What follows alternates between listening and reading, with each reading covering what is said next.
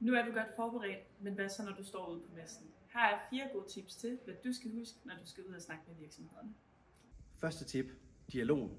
Når du snakker med virksomhederne, er det vigtigt, at du ikke lader dig bære præg af et mentalt manuskript.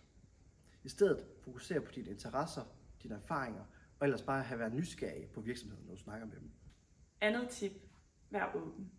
Det er et virkelig godt udgangspunkt at have lagt en plan for dagen, men det er også vigtigt, at planen kan ændre sig. Måske du møder nogle andre virksomheder, og at der åbner nogle muligheder, og så er det også vigtigt bare at gribe dem. Tredje tip. Hold nogle pauser. Det at gå på messe kan godt være intenst, og godt være en overvældende situation. Så tag nogle pauser indimellem. Spar med dine medstuderende, og reflekter over dagen. Fjerde tip. Nervøsitet. Det kan måske godt virke lidt skræmmende, at man skal ud på en messe og sælge sig selv. Men her kan du være helt rolig, for virksomhederne er her nemlig for at snakke med dig og dine medstuderende.